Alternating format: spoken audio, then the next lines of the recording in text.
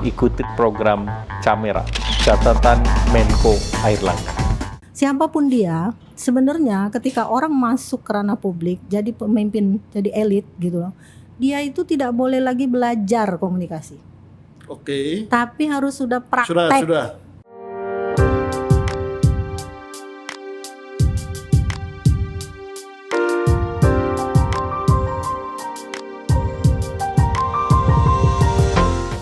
Beralih ke ini dulu, ke isu yang lain dulu. Oke. Nah, saya pengen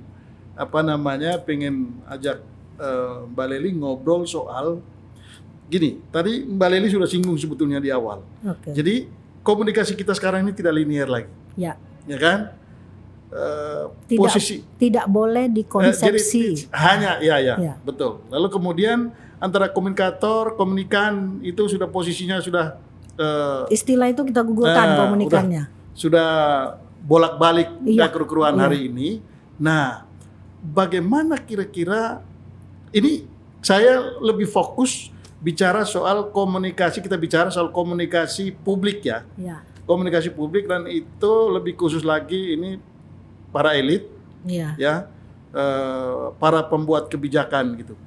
Bagaimana di era yang ruwet sekarang ini, di era digital ini, komunikasi yang disampaikan itu lebih efektif. Sampai karena seringkali masalah itu timbul justru karena komunikasinya yang kurang pas. Ya. Gitu, ini gimana? Ya. Kalau Abang ingat sebuah teori klasik yang dimiliki hampir semua ilmu, terutama ilmu filsafat ya Bang ya. Itu juga yang mendasari ilmu komunikasi sebenarnya. Ada istilah etos, logos, dan pathos. Seperti yang dikemukakan Aristoteles ya.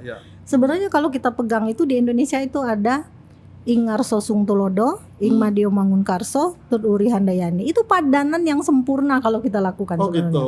Sebenarnya ya, siapapun dia, sebenarnya ketika orang masuk ke ranah publik, jadi pemimpin, jadi elit gitu loh, dia itu tidak boleh lagi belajar komunikasi.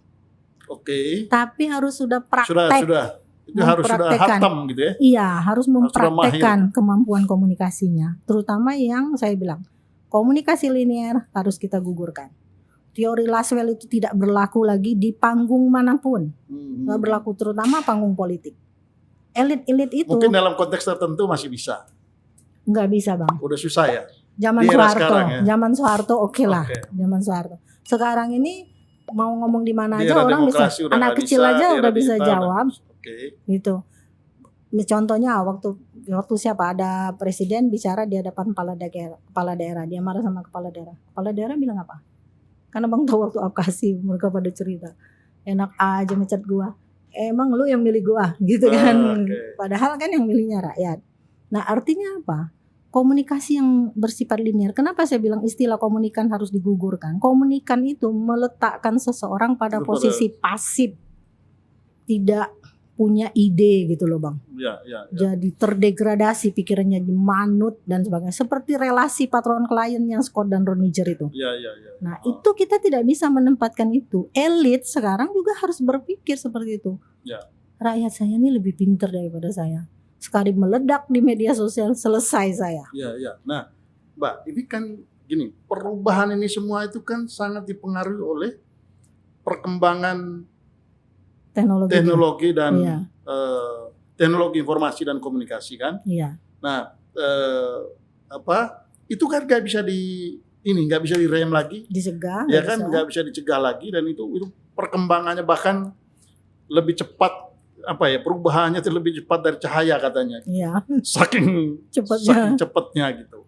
Nah ini gimana caranya pemimpin kita itu bisa menyesuaikan diri dengan perkembangan yang ada? Karena gini Mbak, kita kan mesti sadar bahwa sebagian dari persoalan ini, tadi saya bilang, sebagian dari persoalan ini itu seringkali karena tadi yang disampaikan itu singkat, tapi begitu sampai ke publik itu dia mengalami perkembangan yang luar biasa karena tadi ada interaksi yang luar biasa dengan media sosial. Bagaimana cara membangun kesadaran itu? Ya, pertama harus disadari ketika kita berkomunikasi itu akan terjadi noise. Dan saya menamakannya itu bising-bising komunikasi itu Bang. Bukan Jadi, bisik-bisik komunikasi. Bising-bising. Bising-bising. Bising-bising komunikasi.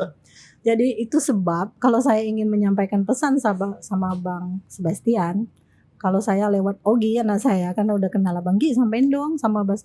Kalimat yang Ogi sampaikan ke Abang belum tentu persis sama dengan yang saya sampaikan. Oh iya. Jadi kalimat bermedia, padahal orang membutuhkan media. Media itu ketika orang mengalami kesulitan. Jadi sepanjang orang bisa menyampaikan pesan secara langsung, tapi harus dipikirkan dulu itu.